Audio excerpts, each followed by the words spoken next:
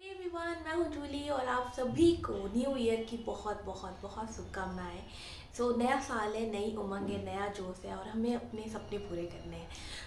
ये साल एक कहते हैं ना, मैक्सिमम से मैक्सिमम आउटपुट हम इस साल में निकाल पाएँ।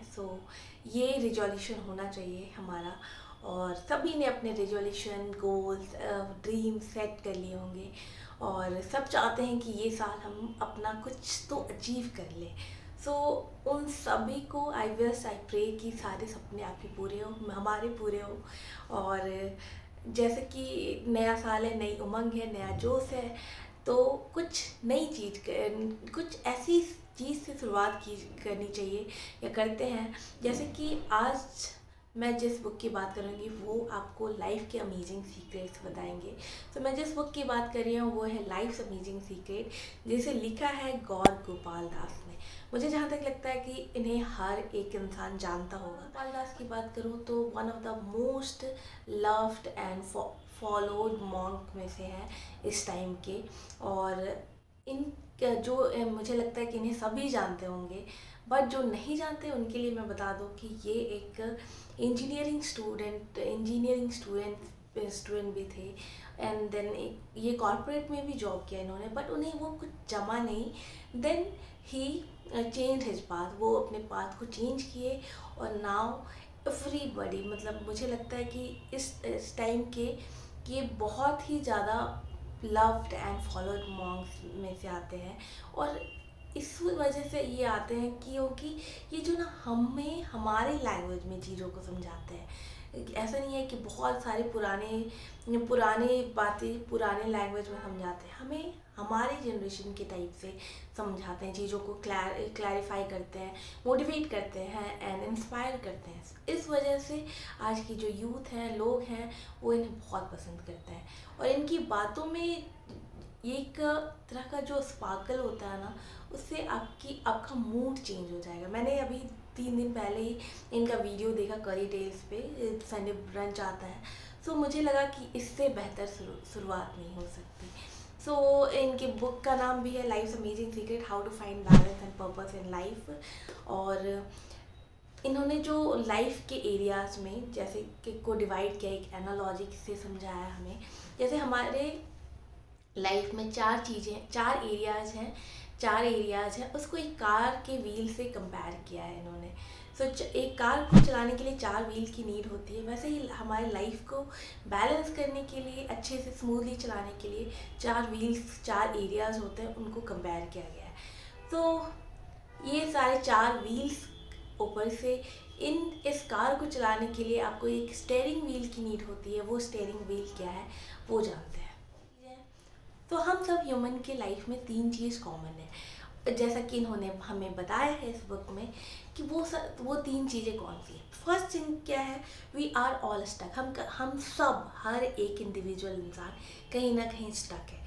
सेकेंड है, we all have a journey to complete. हम सब की लाइफ में एक जर्नी है जो हमें कंप्लीट करनी है। And the third one is we all have a destination. हम सबकी लाइफ में, हर एक इंडिविजुअल की लाइफ में हमें कहीं पहुंचना है। ये 3 चीज़ें जो हर एक इंसान में कॉमन है। और मुझे ये रियलाइज़ हुआ सोचने के बाद कि सच में ये कॉमन है, और ऐसा इन्होंने एक्सपीरियंस करके लिखा है और बताया है। वो 4 व्हील्स कौन है वो जानते हैं। पहला व्हील है पर्सनल लाइफ। पर्सनल लाइफ बहुत इम्पॉर्टेंट है। पर्सनल लाइफ को अगर आप मैनेज नहीं कर पाओगे, अपने इंडिविजुअल पर्सनालिटी को मैनेज नहीं कर पाओगे, तो फिर आप आगे बढ़ने का सोच भी नहीं सकते हो। फिर आपकी लाइफ ही पूरा डिसबैलेंस हो जाएगी। जैसे कि ये कार के चारों टायर, चारों जो व्हील है, उसमें प्रेशर और बैलेंस बना रहना चाहिए, नहीं तो डिसबैलेंस होने का खतरा है, एक्सीडेंट होने का खतरा है। That's why personal life first wheel में आता है। और पर्सनल लाइफ में क्या है, पर्सनल लाइफ में है कि हम बहुत ना चीज़ों को, बहुत सारी चीज़ों को कंप्लेन करते हैं कि क्या हमारे पास नहीं है, क्या चीज़ें गलत हो रही है, क्या मिस्टेक्स कर दी है हमने। कंप्लेन करने की वजह से हम धीरे धीरे नेगेटिविटी की तरफ चले जाते हैं। उस नेगेटिविटी से बाहर निकलने का तरीका है ग्रैटिट्यूड, थैंकफुलनेस, फॉरगिवनेस। ये सारी चीज़ें जैसे कि एक एग्जांपल के थ्रू लेते हैं, अगर जैसे कि आपने किसी से एक पेन मांगा, आपको पेन पेन की नीड थी, तो पेन मांगा, तो आप ऑब्वियसली एक ग्रेटिट्यूड उनको थैंक यू बोलोगे, thank you so much pain देने के लिए, अगर वो आपको पेन दे देते हैं तो।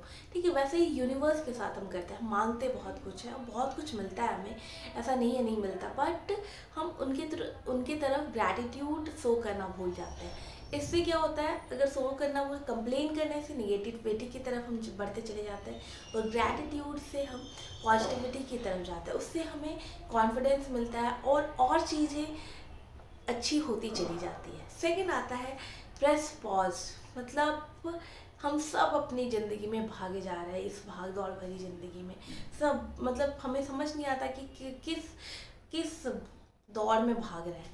तो समटाइम्स क्या है, press pause, take a pause और देखो कि क्या गलती कर रहे हो, क्या मिस्टेक्स कर रहे हो अपने लाइफ में, कुछ ऐसे मोमेंट्स है उससे इंजॉय करो है, क्योंकि अगर ये टाइम निकल जाएंगे तो आप फिर से इसे नहीं जी पाओगे।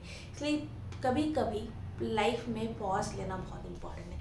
And third most important, worry circle, जो इस बुक का मुझे लगता है कि सबसे बेस्ट थिंग जो मुझे मिला, और इसके बाद मैंने ना ये वरी सर्कल मैं हमेशा यूज करती हूँ जब भी कहीं स्टक हो जाती हूँ या कोई ऐसा प्रॉब्लम आता है कि मुझे समझ नहीं आता कि क्या करना है। ये बहुत हेल्प करेगा, मैं बता रही हूँ कि इतने अपने एक्सपीरियंस से बता रही हूँ, और ये आपके दिमाग को भी बहुत शांत करेगा।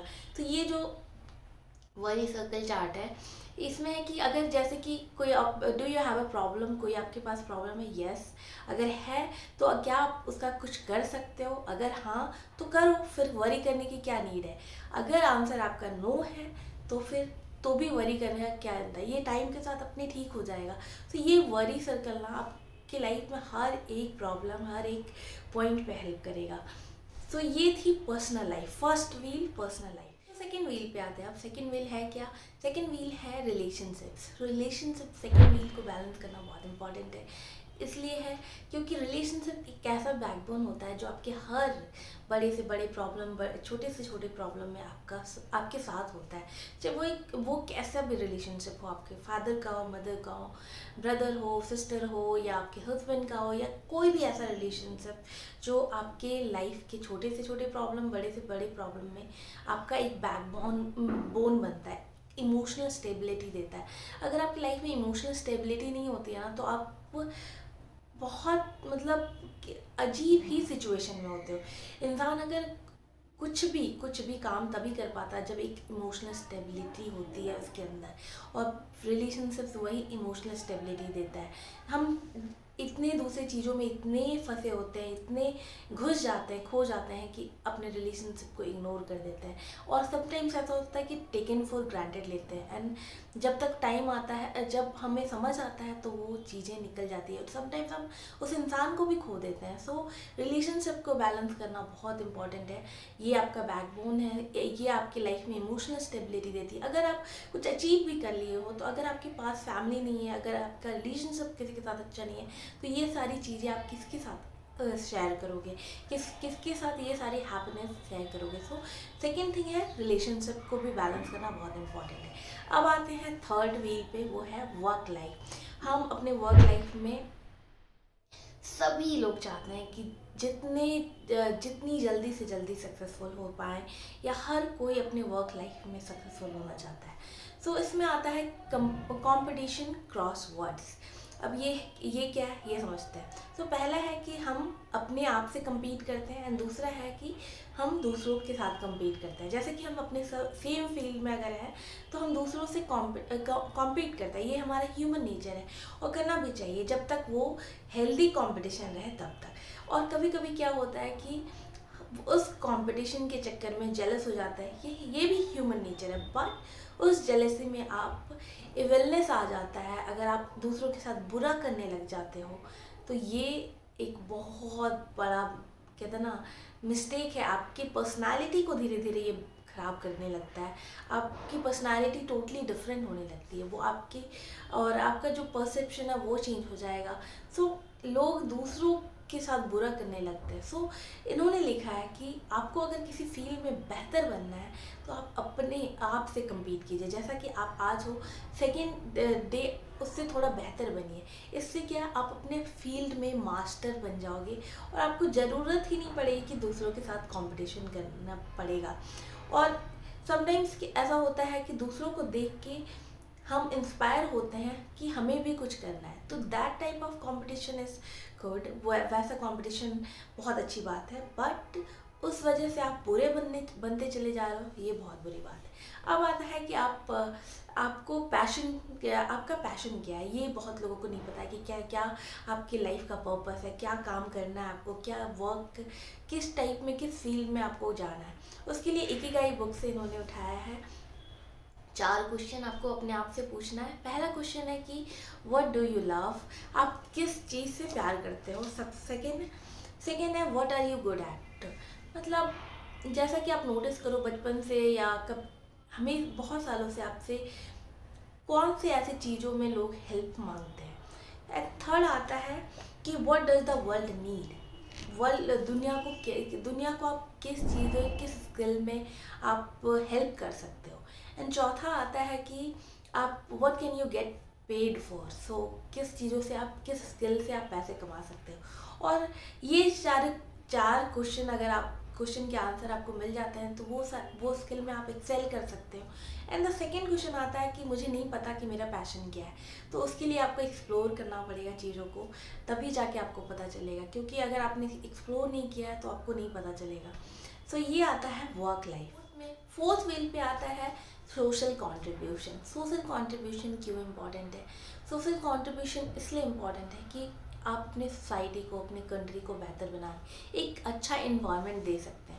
जैसे कि हम अपनी फैमिली के लिए सैक्रिफाइसेस करते हैं, बहुत सारी चीज़ें ऐसा करते हैं जिससे कि हमारी फैमिली में एक अच्छा इन्वायरमेंट बना रहे, एक अच्छी फैमिली दे सके।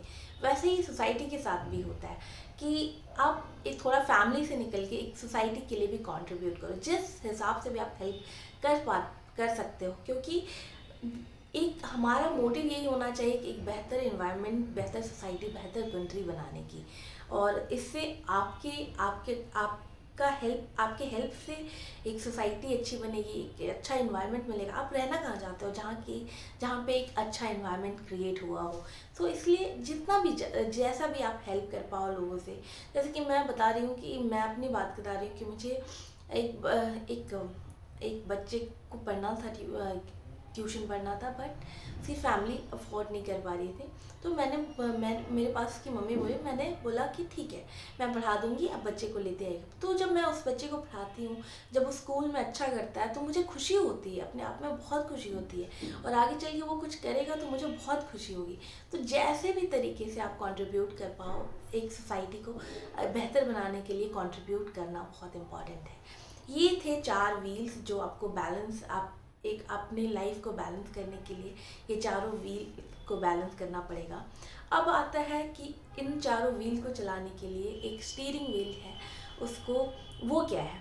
वो आता है, वो है स्पिरिचुअलिटी। अब स्पिरिचुअलिटी का मतलब ऐसा नहीं होता है कि सारे काम धंधे छोड़ के लोग क्या कहते हैं एकदम स्पिरिचुअल बन जाए।